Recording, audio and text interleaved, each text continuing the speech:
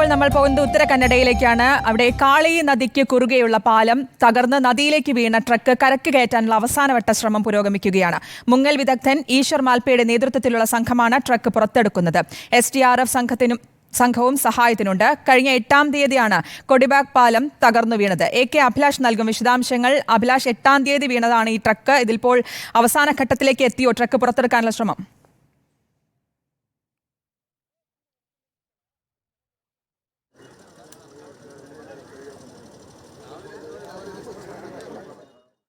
ശ്രുതി, ഇന്ന് രാവിലെ 11 മണിയോട് കൂടിയാണ് ഈശ്വർ മാൽപ്പയുടെ നേതൃത്വത്തിൽ ഇവിടെ വീണിരിക്കുന്ന ഈ കാളി നദിയിൽ വീണിരിക്കുന്ന ട്രക്ക് എടുക്കാനുള്ള നീക്കം ആരംഭിച്ചിരിക്കുന്നത്. ഇതിൻ്റെ അവസാന വട്ട ശ്രമങ്ങളിലാണ്. അതായത് ഇപ്പോൾ കാളി നദിയിലുണ്ടായിരുന്ന ട്രക്ക് ഹൂക്ക് ചെയ്തിരിക്കുന്നു. ഇവിടെ 3 ക്രെയിനുകൾ ഇപ്പോഴിവിടെ ഉണ്ട്.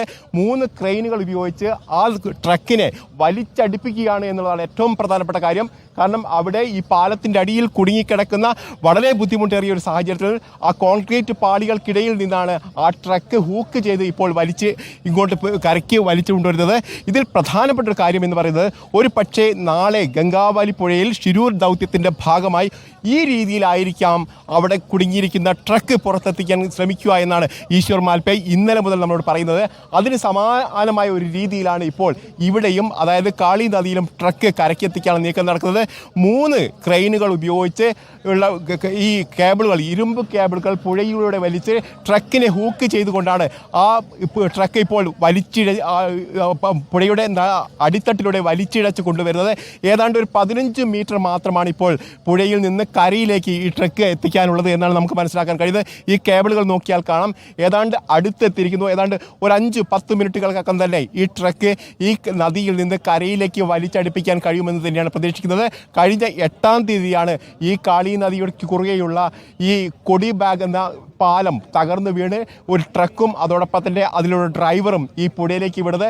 ഡ്രൈവറെ അന്ന് തന്നെ മത്സ്യബന്ധന തൊഴിലാളികൾ ഇടപെട്ടുകൊണ്ടുകൊണ്ട് തന്നെ രക്ഷാപ്രവർത്തനത്തിലൂടെ അന്ന് തന്നെ രക്ഷപ്പെടുത്തുകയും ചെയ്തിരുന്നു. പക്ഷേ ആ ട്രക്ക് ഈ നദിയിൽ നിന്ന് പുറത്തെത്തിക്കാൻ കഴിഞ്ഞില്ല. ഇതിന് പിന്നാലെയാണ് ഇന്നിപ്പോൾ ഈശ്വർ മാൽപ്പയും അതോടൊപ്പം തന്നെ 3 ഡ്രൈവർമാരും ചേർന്ന് ഈ പുഴയിൽ ഇറങ്ങി ആ ട്രക്ക് ഹൂക്ക് ചെയ്ത് ഇപ്പോൾ പുറത്തെത്തിക്കാനുള്ള ശ്രമം നടക്കുന്നത്. ഇതിൽ ഏറ്റവും പ്രധാനപ്പെട്ട പ്രതിസന്ധി എന്ന് പറയുന്നത്, ഈ പാലത്തിന് കുറുകെ ഉണ്ടായിരുന്ന വൈദ്യുതി ലൈനുകൾ, കേബിളുകൾ, അതോടൊപ്പം തന്നെ ടെലികോമിൻ്റെ മറ്റ് കേബിളുകളൊക്കെ കുടുങ്ങിക്കിടക്കുന്ന നിലയിലായിരുന്നു. അതോടൊപ്പം തന്നെ തകർന്നു വീണ ഈ പാലത്തിൻ്റെ കോൺക്രീറ്റ് പാളികളും ഈ ട്രക്കിൻ്റെ മുകളിലേക്ക് വീണ് കടന്നിരുന്നു. അത് വളരെ ദുഷ്കരമായ ഒരു പ്രവൃത്തി തന്നെയായിരുന്നു, ഒരു ദൗത്യം തന്നെയായിരുന്നു. അതിനെ അതിജീവിച്ചുകൊണ്ട് ഇപ്പോൾ ഈ ട്രക്ക് വലിച്ചിഴച്ച് ഏതാണ്ട് 10 മീറ്റർ അകലെ എത്തിച്ചിരിക്കുന്നു എന്നുള്ളതാണ്. ഇനി ഇതിനെ ഉയർത്തി മുകളിലേക്ക് എത്തിക്കേണ്ടതുണ്ട്. അതിനുള്ള ശ്രമങ്ങളാണ് നടക്കുന്നത്. അത് ഏത് രീതിയിലാണ് ഉയർത്തേണ്ടത് എന്നുള്ള കാര്യത്തിൽ ഒരു അന്തിമ വിശകലനത്തിലേക്കാണ് അവർ പോകുന്നത്. ഇതിൽ ഏതാണ്ട് ഒരു കേബിൾ എന്തോ സാങ്കേതിക തകരാർ സംഭവിച്ചിരിക്കുന്നു എന്നാണ് നമുക്ക് മനസ്സിലാക്കാൻ കഴിയുന്നത്. അതിനുശേഷം ആ സാങ്കേതിക തകരാർ പരിഹരിച്ചതിന് ശേഷം മാത്രമാകും ഒരു പക്ഷേ ട്രക്ക് ഉയർത്താനുള്ള ശ്രമങ്ങൾ നടത്തുക. ഏതായാലും ഇതിൻ്റെ ആദ്യഘട്ടം പൂർണ്ണ വിജയത്തിലേക്ക് എത്തിയിരിക്കുന്നു. അതായത് നദിയുടെ അടിത്തട്ടിൽ നിന്ന് ട്രക്കിനെ നീക്കി ഏതാണ്ട് കരയ്ക്ക് അടുപ്പിച്ച് എത്തിച്ചിരിക്കുന്നു. ഏതാണ്ട് 10 മീറ്റർ അകലെയുണ്ട് ഇപ്പോൾ ട്രക്ക് എന്നാണ് നമുക്ക് മനസ്സിലാക്കാൻ കഴിയുന്നത്. കേബിളുകൾ നോക്കിയാൽ നമുക്ക് കൃത്യമായി മനസ്സിലാക്കാൻ കഴിയും. ഏതാണ്ട് 10 മീറ്റർ മാത്രം അകലെ ഈ ട്രക്കുണ്ട്.